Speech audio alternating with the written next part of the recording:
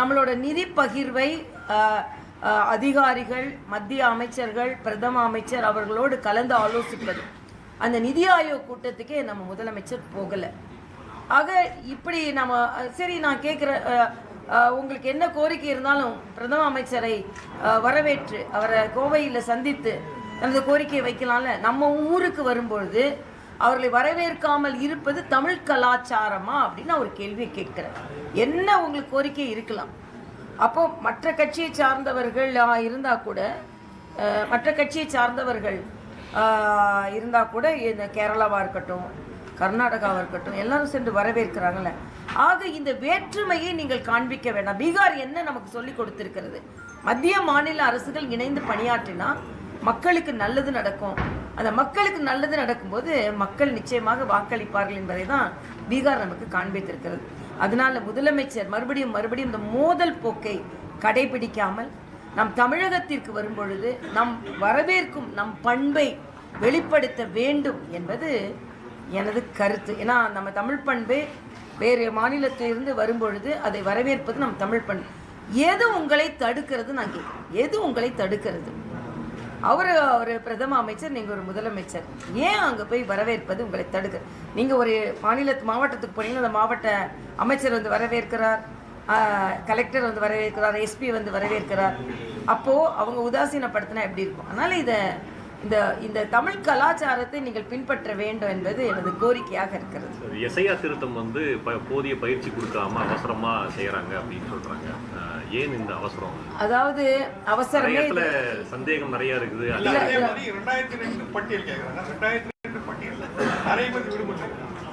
2002 பட்டியலில் பேர் இருந்தா அவங்களே அந்த லிஸ்ட் வச்சிருக்காங்க. அதை வாங்கி நான் ஃபில் பண்ணிட்டு தானப்பா வரேன். இல்ல, நாங்களும் வந்திருக்கோம். என்னன்னா அந்த பிஎல்ஓ அதிகாரிகளுக்கு போதிய பயிற்சி கொடுக்கல, நீங்க அனௌன்ஸ் பண்ணிட்டு அதுக்கப்புறம் இல்ல, பிஎல்ஓ அதிகாரிகளுக்கு போதிய பயிற்சி கொடுக்காதுன்னா அப்படிப்பட்ட அதிகாரிகளை கொடுக்காதது தமிழக அரசின் தவறு. நீங்க கேட்ட இந்த லிஸ்ட் இந்த நாங்க சொல்லாதீங்க, அது தேர்தல் ஆணையம் வந்து கேட்கிற இந்த லெவல் அதிகாரிகள் தான் வேணும்னு கேக்குறாங்க. அவங்களதான் கொடுத்துருக்காங்க. அப்ப வேற எந்த அதிகாரிகள் இல்ல அவங்க அந்த அளவுக்கு கொடுத்துருக்காங்க. நேற்று ஏன் போராட்டம் நடத்துறாங்க? ஒரு ஒத்துழைப்பு கொடுக்காத அதிகாரிகளை ஏன் கொடுத்தாங்க தமிழக அரசு? நான் ஒரே ஒரு வித்தியாசத்தை சொல்கிறேன். இன்றைக்கி எல்லா இடத்துலையும் ஒன்றை வரவேற்கிற மாநகராட்சி 16 சட்டமன்ற தொகுதிகள் சென்னைக்கு உட்பட்ட இன்றிலிருந்து ஒரு 7 நாளைக்கு முகாம்கள் போட்டிருக்காங்க. இது வரவேற்கிற. ஆக இதுதான் தேவை. ஏன் செய்கிறேன்னு கேட்க முடியாது. ஏன்னா இல்லாத வாக்குகள் நீக்கப்பட வேண்டும், புதிய வாக்குகள் சேர்க்கப்பட வேண்டும். இது வழிமுறை. ஆக இது 2002 நடந்தது, இப்போ நம்ம நடக்க இருக்கிறது. அதனால இது வேண்டாம்னு சொல்ல முடியாது. ஏன்னா தேர்தல் ஆணையம், அரசியலமைப்பு சட்டத்தின்படி என்ன இருக்கிறது என்றால், தேர்தல் ஆணையம் ஒரு முறை தனது வாக்காளர் பட்டியலை திருத்த வேண்டும் என்று நினைத்தால் அதற்கு முழு உரிமை இருக்கிறது என்பதைத்தான் நம்ம அரசியலமைப்பு சட்டம் சொல்கிறது. அதனாலதான் அவசரம் இல்லையே, தேர்தலுக்கு முன்னால தானே பண்ணணும். தேர்தலுக்கு முன்னால தானே பண்ணணும். நான் கேட்கிறேன், தப்பு இருந்தா படிச்சுமை அதெல்லாம் இல்லப்பா தம்பி. பீகார்ல சிறப்பா நடைபெற்றிருக்கிறதா இல்லையா அதை சொல்லுங்க. 64 லட்சம் வாக்காளர்கள் நீக்கப்பட்டார்கள் சொன்னீங்களே, தப்புன்னு சொன்னாரே ராகுல் காந்தி. ஒரு வாக்காளராவது வெளியே வந்து ஏன் வாக்கு இல்ல 64 லட்சத்துல நான் ஒருத்தர் சொன்னாங்களா? சொல்லல. அவங்களோட வேட்பாளர்களே இது முறையா நடைபெறல, அதனால எங்களுக்கு மறுவாக்குப்பதிவு வேணும்னு பீகார்ல சொல்லல. ஆக களத்துல இருந்த யாருமே அதற்கு எதிர்ப்பு தெரிவிக்கல. அப்பனா அங்க சரியா நடந்ததுன்னு தான். ஏன் ராகுல் காந்தி தோற்கடிக்கப்பட்டார்? ஓட்டு திருட்டாங்க சொல்றாங்க. ஏன் ஓட்டிங்க தானே இருக்கு, ஏன் ஓட்டிங்க தானே இருக்கு, ஏன் ஓட்டிங்க தானே இருக்குன்னு எல்லாரும் நினைக்கிறாங்க. டெல்லியில ஒருத்தர் ஓட்டு போட்டுருக்காங்க, பீகார்ல ஓட்டு போடுறாங்க. ஒரு வாக்காளர் ஒரு வருஷத்துல எத்தனை ஓட்டு போடலாம்? இல்ல ஒரு 5 வருஷத்துல எவ்வளவு ஓட்டு போடலாம்? ஐயா, என்ன பட்டியலில் இருக்க ஓட்ட போட போறீங்க, பட்டியலில் இல்லாத ஓட்டு? நான் கேட்கிறேன், ஏன் இவ்வளவு பதற்றம்? ஒரு நிமிஷம், அவசரம் ஒன்றும் இல்லை. தேர்தலுக்கு 3 மாதங்கள் இருக்கிறது, 4 மாதங்கள் இருக்கிறது. கரெக்ட் பண்ணிட்டு தானே தேர்தலை சந்திக்கணும். நீங்க கள்ள ஓட்டு போடுவீங்க, அதுக்காக 2026 அவங்க அதை விட்டுட்டு கள்ள ஓட்டெல்லாம் போட வச்சுட்டு, இறந்தவங்க ஓட்டெல்லாம் போட வச்சுட்டு, நீங்க ரெட்டை ஓட்டெல்லாம் போடுவீங்க, கள்ள ஓட்டெல்லாம் போடுவீங்க. போட்டுட்டு 2026 தாண்டி தேர்தல் நடத்தணுமா? இல்லை. எந்த ஒரு நிகழ்வு நடத்தினாலும் அதுக்கு முன்னால சரி செய்துட்டு தானே நிகழ்வை நடத்தணும். இல்ல பூத்துல வந்து உங்க கட்சிக்காரங்க இருக்கிறாங்க, உங்க கூட்டணி கட்சிக்காரங்க இருக்கிறாங்க, எல்லாமே பார்த்துட்டு தானே பார்க்க தானே போறீங்க. திமுகவும் பார்க்க தானே போறாங்க. உத்தேச பட்டியல் வெளியிடப்பட போகிறது. அந்த வெளியிடப்பட போகிறத திமுக பார்க்க போறாங்களா, காங்கிரஸ் பார்க்க போறாங்களா, தாவேகா பார்க்க போறாங்களா, உள்ளே பூட்டி வைக்கிறாங்க. ஓகே, உங்களுக்கு வேண்டிய பட்டியல் இல்ல, பேர் இல்லைன்னு சொல்ல மாட்டீங்களா இல்லையா? தேர்தல் ஆணையம் கேட்க ஓப்பனா நடக்க போகுது. அது ஓப்பன். இப்ப நாங்க பாருங்க, எஸ்ஐஆர் பத்தி ஒரு புத்தகம் எழுதியிருக்கேன். எல்லாத்துக்கும் இதுல பதில் இருக்கு, நானா கொடுத்துட்டு போறேன்.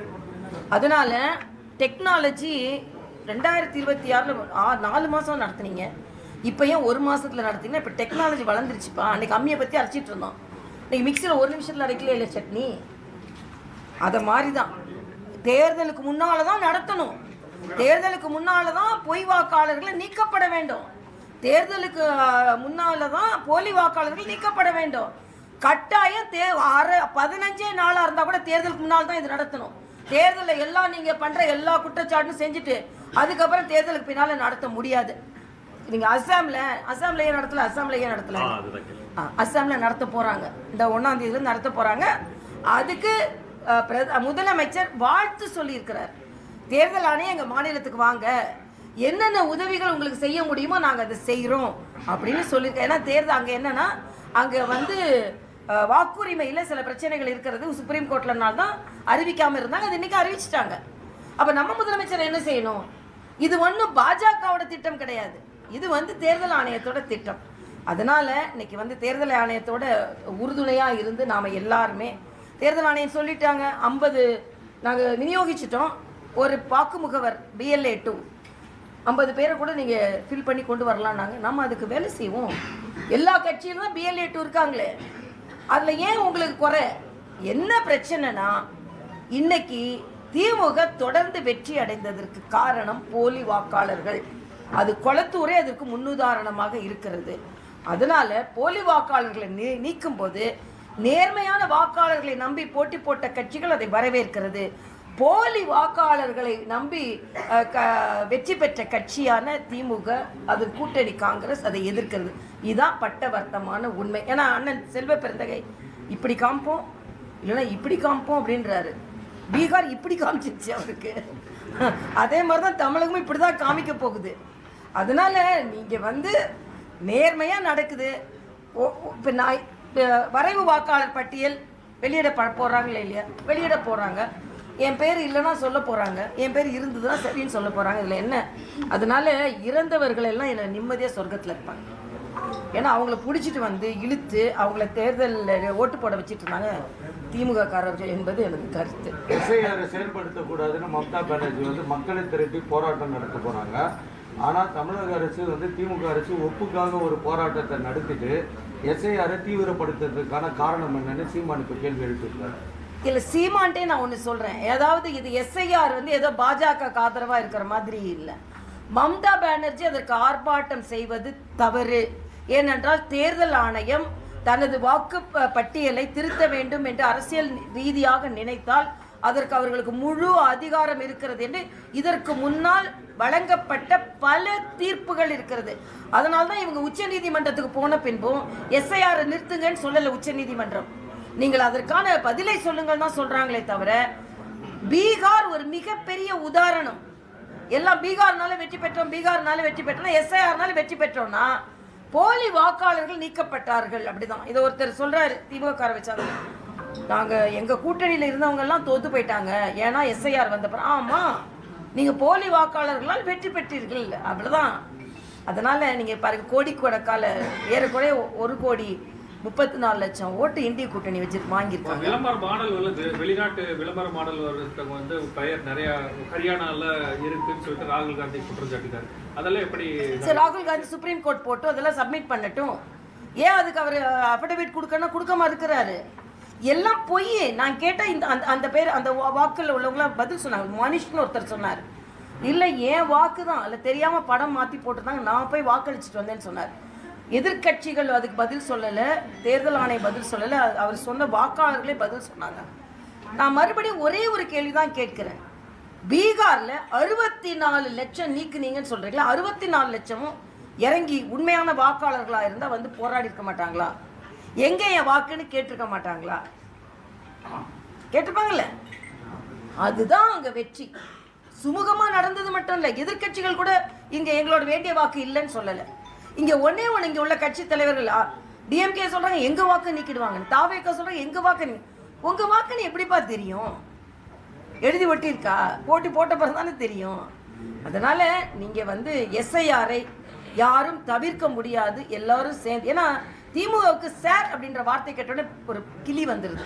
அண்ணா பல்கலைக்கழகத்தில் ஆரம்பிச்சு, அண்ணா பல்கலைக்கழகம்னா இவங்களும் அண்ணா பல்கலைக்கழகத்தில் கற்றவர்கள் தான்.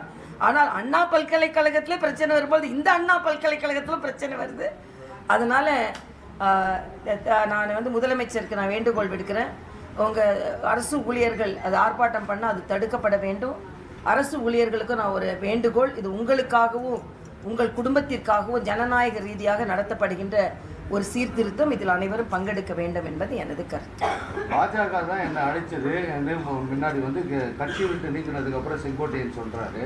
ஆனால் இன்னைக்குன்றாரு தற்பொழுது பாஜக வழிகாட்டுதல் ஆலோசனை வழங்கியது இல்லைன்றாரு. அப்போ வந்து என்ன கூப்பிட்டு பேசணும்னு சொன்னவர், இன்னைக்கு வந்து அந்த மாதிரி எதுவுமே வழங்கலன்னு முன்னுக்கு பின்முறைனா பேசுறாரு.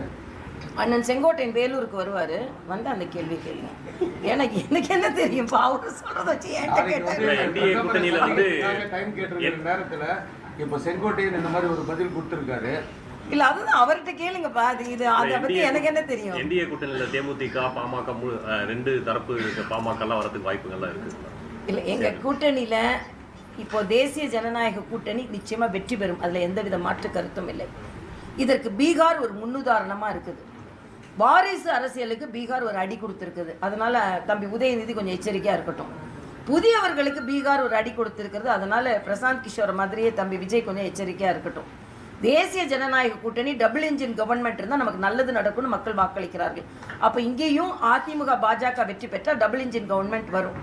அதனால நிச்சயமாக ஒரு வெற்றி கிடைக்கும், மக்களுக்கு நல்லது நடக்கும். நான் மறுபடியும் சொல்றேன், ஒரு முறை பாஜகவிற்கும் அதிமுக உள்ள கூட்டணிக்கும் வாக்களித்து பாருங்கள், நிச்சயமாக நல்லது நடக்கும், டபுள் இன்ஜின் கவர்மெண்ட் நடக்கும் என்பது நான் கருத்து. நீங்க மயிலாப்பூர்ல போட்டிடுவீங்களா? எனக்கு நீங்க பரவாயில்ல, கட்சி தலைமையோட நீங்களே எங்க கட்சி எங்க போட்டி போடுறேன்னான்றது கட்சி தலைமை முடிவு பண்ணும். போட்டி போடுறதுன்னு சொன்னா எங்க போட்டி போடுறதுன்னு கட்சி தலைமை முடிவு பண்ணோம். நான் அண்ணன் வைகோக்கு ஒரு கோரிக்கை வைக்கிறேன். போதையை தடுப்பதற்காக அவர் வந்து நடைபயணம் போறாராம். போதையை தடுக்கணும்னா ஒரு அறிவாலயத்துக்கு தான் நடைபயணம் போகணும். நான் அங்கிருந்து தானே போதைக்கான சட்டமே வருது. அதனால தப்பா இண்டி கூட்டணியை சார்ந்தவர்கள் செய்து கொண்டு இருக்கிறார்கள். அதே மாதிரி மேகதாது இன்னைக்கு என்னோட சகோதரர், என்னோட அண்ணேன்னு அழைப்பாரு. அப்படியே ராகுல் காந்தியை மாதிரி எனக்கு பாசம் உள்ளவர் யாருமே இல்லை. ஆனா அவங்க ஆட்சியில மேகதாதுக்கு அணை கட்டுவதற்கு முயற்சி செய்து கொண்டிருக்கிறார்கள். அதுக்கு ஒரு கோரிக்கை வைக்க மாட்டேன்றார் முதலமைச்சர். ஆக முதலமைச்சர் கோரிக்கை எல்லாமே பாராபட்சமாக இருக்கிறது, மக்கள் சார்ந்ததாக இல்லை என்பது எனது கருத்து. முதல்வர் வந்து நீங்க கடிதம் எழுதினாரு, மோதல் போக்கு இருக்கக்கூடாதுன்னு சொல்றீங்க. முதல்வரே நேரடியாக மேடையில் சொன்ன கோரிக்கைகள் கூட எதுவுமே மத்திய அரசு கண்டுக்கல அப்படின்னு சொல்றாரு. அவர் சொல்லிட்டு தான்ப்பா இருப்பாரு. நான் கேட்கிறேன், விஸ்வகர்மா திட்டத்தில் 8.5 லட்சம் நமது கைவினைஞர்கள் எங்களுக்கு உதவி வேணும்னாங்க, அதை கொடுக்க மறுக்கிறாரு. இன்னைக்கு முத்ரா திட்டத்தில் தமிழகம் தான் அதிக பலன் பெற்றிருக்கிறது. செல்வ மகள் சேமிப்பு திட்டத்தில் தமிழகம் தான் அதிக பலன் பெற்றிருக்கிறது. வீடுதோறும் குடிதண்ணீரில் தமிழகம் முழுமையாக பலன் பெற்றிருக்கிறது. மத்திய அரசினால் 11 மருத்துவக் கல்லூரிகள் தமிழகத்திற்கு கொடுக்கப்பட்டிருக்கிறது.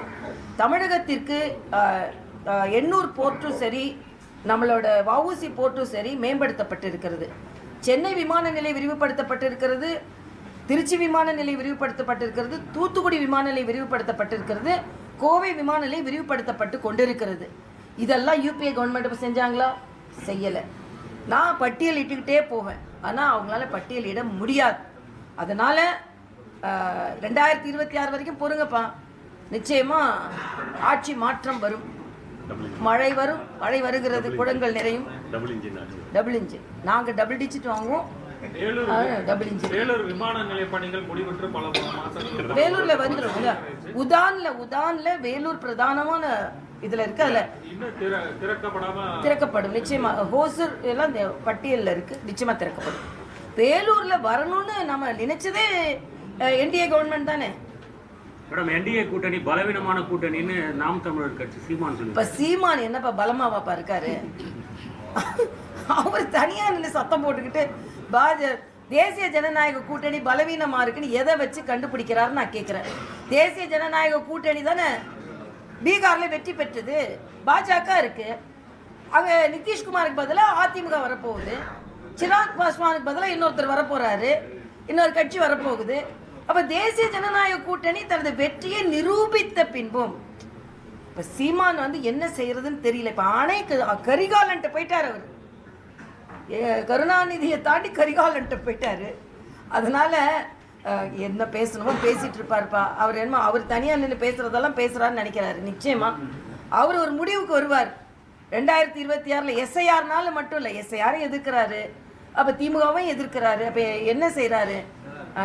சீமான் வந்து கொஞ்சம் வசனம் பேசி கொண்டிருக்க இருக்கட்டும், நமக்கு அதை பத்தி கவலை. ஏன்னா எந்த தாக்கத்தையும் ஏற்படுத்த போதில்லை, மற்றவர்களை தாக்கட்டுமே. அவர் தாக்குதல் எந்த தாக்கத்தையும் ஏற்படுத்த போதில்லை, பேசிக்கிட்டே இருப்பாரு, அவ்வளவுதான். நல்ல பேச்சாளர், அதுல சந்தேகமே இல்லை. டிடிவி தினகரன் சொல்றாரு, வர 2026 எலெக்ஷன்ல வந்து திமுகவுக்கும் தாவேகாவுக்கும் தான் போட்டின்னு. அதிமுகவோட 5 அணியில அவரு ஒரு அணியில இருக்காரு. அவரே வந்து இந்த மாதிரி ஒரு ஸ்டேட்மெண்ட் அப்படி சொல்றது அவர் சார்ந்திருந்த கட்சிக்கோ மேடம் ஜெயலலிதாக்கோ அது நன்மை பயக்குமா அப்படின்றத அவர் சிந்திக்கணும்னு நான் தாழ்மையா வேண்டி கேட்டுக்கொள்கிறேன். நீங்க வந்து கருணாநிதி கட்சிக்கு ஸ்டாலினுக்கு நீங்க ஆதரவு தெரிவிக்கிற காலத்துல நேர் எதிராக அவர்களுக்கு அரசியல் செய்த அம்மாவை நீங்க என்ன மனநிலையில் வைத்திருக்கிறீர்கள் என்று நான் தாழ்மையா கேட்டுக்கிறேன். அதனால தான் அண்ணன் தினகரன் அவர்கள் இந்த தனிப்பட்ட முறையில் அது அவங்க கட்சி சார்ந்த விஷயம், ஆனால் எங்க கூட கூட்டணியில் இருந்ததுனால நான் சொல்றேன், எல்லோருமே உதிரியா இல்லாமல் உறுதியா இருப்போம், திமுகவை தோற்கடிப்போம். அதுதான் நம்ம எல்லாரோட கணக்கா. இல்ல நான் வந்து அது உட்கட்சி, அதுல நான் எதுவுமே சொல்லல. எல்லாரும் உதிரியா இருக்க வேணான்றது நம்மளோட கருத்தா இருக்குது, அவ்வளவுதான். 100 சோறும் பீரும் கொடுக்குற கூட்டத்துக்கு வந்தது இல்லை, விஜயகாந்துக்கு வந்த கூட்டம். 2026 தேர்தலில் நாங்க ஒரு நல்ல கட்சியோட தான் கூட்டணி வந்து தேமுதிக. இல்ல முதல்ல சகோதரி பிரேமலதா அவர்கள் பீகார் தேர்தலை பாராட்டி இருக்கிறார்கள், மரியாதைக்குரிய பாரத பிரதமருக்கு வாழ்த்து சொல்லி இருக்கிறார்கள். அதனால அவங்க சகோதரி பிரேமலதா எப்பவுமே நல்ல முடிவு எடுப்பார்கள், எனக்கு நல்லா தெரியும். அதனால இன்றைய காலகட்டத்தில் அது பாமகவா இருக்கலாம், தேமுதிகவா இருக்கலாம், அமமுகவா இருக்கலாம், ஓபிஎஸ் அண்ணனா இருக்கலாம், தம்பி விஜயா இருக்கலாம், சகோதரர் சீமானா இருக்கலாம், எல்லாரோட கருத்து என்ன? திமுகவை தோற்கடிக்கணும். அப்ப திமுகவை தோற்கடிப்பதற்கு என்ன வியூகம் அமைக்கப்படுமோ அந்த வியூகத்திற்குள்ள எல்லாரும் இருந்தா நல்லதுன்றது எனது தாழ்மையான கருத்து. ஏன்னா தனித்தனியா நம்ம திமுக தோற்கடிக்கணும்னு நினைச்சா முடியாது. ஆக அந்த வியூகத்துக்குள்ள நாம எல்லாரும் இணைந்து ஏதோ ஒரு வகையில இணைந்து திமுகவை தோற்கடிக்கணும் அப்படின்ற ஒற்றை குறிக்கோள் நமக்கெல்லாம் இருக்கணும். ஏன் திமுகவை தோற்கடிக்கணும்னா 1000 ரூபாய் மக்களின் உரிமை தொகை பெண்களுக்கு கொடுத்து விட்டு பெண்களின் உரிமை பறிக்கப்படுகிறது, பெண்கள் பாதுகாப்பாக இருக்க வேண்டும் என்ற உரிமை பறிக்கப்படுகிறது. 1000 ரூபாய் கொடுக்குறாங்க, அந்த 1000 ரூபாய் அண்ணன் சாயந்தரம் டாஸ்மாக் கூட்டு எடுத்துட்டு போயிடுவாரு. அக்கா வந்து மகளை வந்து வீட்டுக்கு வெளியே அனுப்ப கஷ்டப்படுறாங்க, ஏன்னா பாதுகாப்பு இல்லை. நீங்க பஸ்ல இலவச பயணம் கொடுத்துட்டு அந்த பஸ்ல போற பெண்ணுக்கு பாதுகாப்பு இல்லை. இப்ப என்ன ஒரு நிலைமை தமிழ்நாட்டில் இருக்கு. ஆக பெண்கள் எல்லாம் திரண்டு வந்து முற்றிலுமாக மதுவிலக்கு கொடுத்ததுனால பீகார்ல பெண்கள் எல்லாம் நிம்மதியா இருக்கிறாங்க. அதனால எல்லோருமே திமுகவை தோற்கடிக்க வேண்டும் என்று நினைக்கும் எல்லோரும் ஒரு வியூகத்திற்குள் வர வேண்டும் என்பது எனது தாழ்மையான கருத்து. எல்லாரும் இவங்க வரக்கூடாது, அவங்க வரக்கூடாது, இப்படி வரக்கூடாது, அப்படி வரக்கூடாது சொல்லிட்டு திமுகவை வர வைப்பது சமுதாயத்திற்கு நல்லது அல்ல. அதனால யாருக்கு யாரும் போட்டின்னு இப்ப கணக்கு சொல்லிக்கிட்டு இருக்கிறதை விட எந்த போட்டியில் யார் தோற்கடிக்கப்பட வேண்டும், திமுக தோற்கடிக்கப்பட வேண்டும், இது சமுதாயத்தில் உள்ள ஒரு கட்டளை. என்னென்றால் சமுதாயத்தில் மக்கள் சிரமப்பட்டு கொண்டு இருக்கிறார்கள், உண்மையிலே சிரமப்படுறாங்க. அதனால எல்லோரும் சிந்திக்க வேண்டும் என்பது எனது கருத்து. வேலூர் சட்டமன்ற தொகுதியில வந்து புதிய நீதி கட்சி போட்டியிடும் சொல்லியிருக்காரு. ஆனா நான் போட்டியிட மாட்டேன், புதிய நீதி கட்சி போட்டியிட நேசி சமூகம் சொல்லி. இல்ல அதெல்லாம் கூட்டணி கட்சிகளை பத்தி இடம் பற்றி எல்லாம் எங்களை மத்திய மத்திய தலைமை தான் முடிவு பண்ணுவாங்க. ஈவன் கூட்டணி பற்றி எங்கள் மத்திய தலைமை தான் முடிவு பண்ணுவாங்க. ஆனால் ஒரு கட்சியோட தொண்டராக என்னோட கருத்து என்னன்னா, நம்ம கூட்டணி ஆளும் கூட்டணியை தோக்கடிக்கணும் அப்படின்னு. அண்ணன் செல்வ பிறந்தகை சொல்கிற மாதிரி இப்படி பார்ப்போம் இல்லைன்னா இப்படி இருப்போம்னு சொல்லாமல் இப்படி ஆகிட்டு இருக்கீங்க. அது ஸ்டாலின் அவர்களும் கொஞ்சம் சிந்திக்க வேணும். காங்கிரஸ் சேர்த்தா இப்படி ஆகிட்டு இருக்கு, அதையும் சிந்திக்க வேண்டும் என்று கேட்டுக்கொள்கிறோம். திமுக கூட்டணி ஒற்றுமை ஓட்டு பலமா இருக்குது, நாங்க கொள்கை எதிரியை வீழ்த்தோம்னு சொல்லிட்டு அன்பில் மகேஷ் அமைச்சர் சொல்லியிருக்காரு. இப்போ அன்பில் மகேஷ் இன்னைக்கு ஒரு டாக்டர் பட்டம் வாங்கியிருக்காரு. அதுக்கு அது சரி, அதே மாதிரி மற்றவங்களும் டாக்டர் பட்டம் வாங்குறதுக்கு அவர் ஊக்கப்படுத்தணும். இன்னைக்கு இருக்கிற திமுக கூட்டணி பலமா இருக்குதான்னு நீங்க பாருங்க. அண்ணன் திருமாவளவன் அறிவு திருவிழாவுக்கு போல மறந்துட்டேன்றாரு. அப்போ உடனே உதயநிதி போய் அவரை போய் பார்க்குறாரு. இப்போ கம்யூனிஸ்டுகள் சாம்சங் தொழிற்சாலை பிரச்சனை இன்னும் முடியலன்றாங்க. இங்கே என்னது தூய்மை பணியாளர்களுக்கு உணவு கொடுக்குறேன்னு சொல்கிறாங்களே தவிர அவங்க சம்பளம் இன்னும் சரியாக கொடுக்கல. அதனால கம்யூனிஸ்டுகள்லாம் வருத்தத்தில் இருக்காங்க நான் நினைக்கிறேன். ஏன்னா அவங்க வெளியே பேசுகிறாங்க, அறிவாலயத்துக்கு போன பெட்டி பாம்பாய் அடங்கி விடுகிறார்கள், என்ன பண்ணுறதுன்னு தெரியல.